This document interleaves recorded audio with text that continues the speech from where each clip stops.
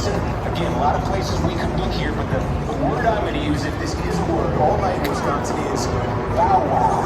And what I mean by that, we got the three counties in the Fox River area here.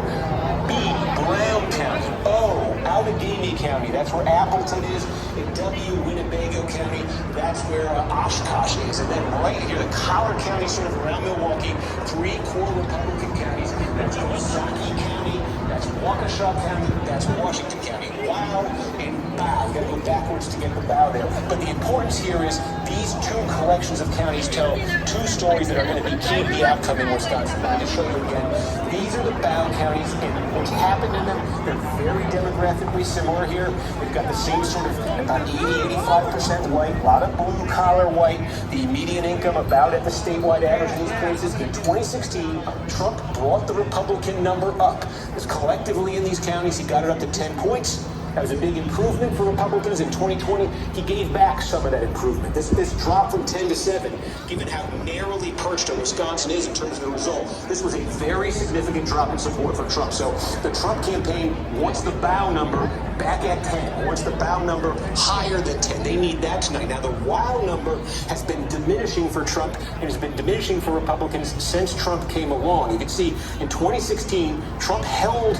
more of the Republican support, almost won the wow counties by 30, lost 5 points. There's a lot of population in these counties. Waukesha County's got 400,000 people. These are places with large concentrations of college degrees, higher incomes. These are suburbs. Again, this is an area that's been good to Democrats nationally. The suburbs of Milwaukee have stayed a little more Republican than other suburbs nationally.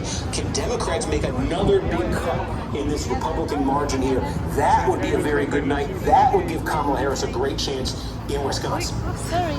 Steve Kornacki, I know this is the start of a lot of talking that you're going to do tonight and a lot of information you're going to be giving us. Thank you for that outlook on what we're going to be looking for and sort of bellwethers that we're going to be looking for with the first couple of major poll closing hours. Right now, it's about 17 minutes past the hour, 6 p.m. Eastern time. Lots of poll closings, of course, coming up at 7 p.m. We are just getting started right here. We're so glad that you're spending election night with us. Ahead this hour, before we get to that poll closings at 7, we've got Senator Raphael Warnock joining us live from Battleground, Georgia. We'll have Steve guiding us through the first votes as they come in. We've got so much more to get to.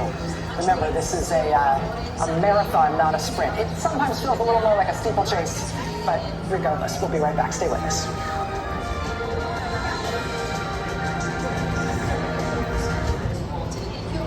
The stakes couldn't be higher as we all try and figure out who will be the next president of Paul Diaz gang.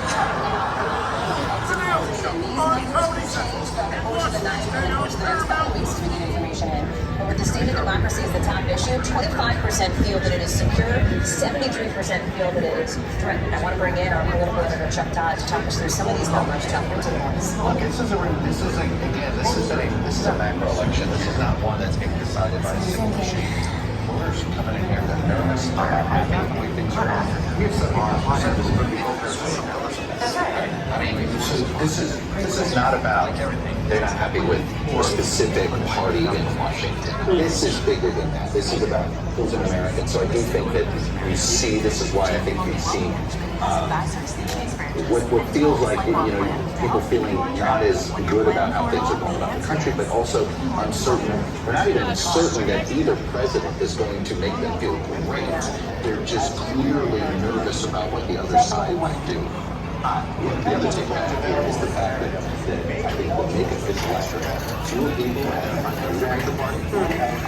Now, if you think about it, if you're dissatisfied with the way things are going, you're not happy with how if you think democracy is threatened, then it actually makes a lot of sense that you don't want to identify with your major party. That's right. Well, I think that's a big deal. I think we're in a moment, we've been in a political alignment. This feels like we're in the middle of another one here. I think there are more people identifying as independent, more people identifying as moderate than ever voted in the last two times that Donald Trump is on the ballot. I think it's very significant, and I think it's a sign that this is a relative discussion. Very careful. When I hear you say that, my takeaway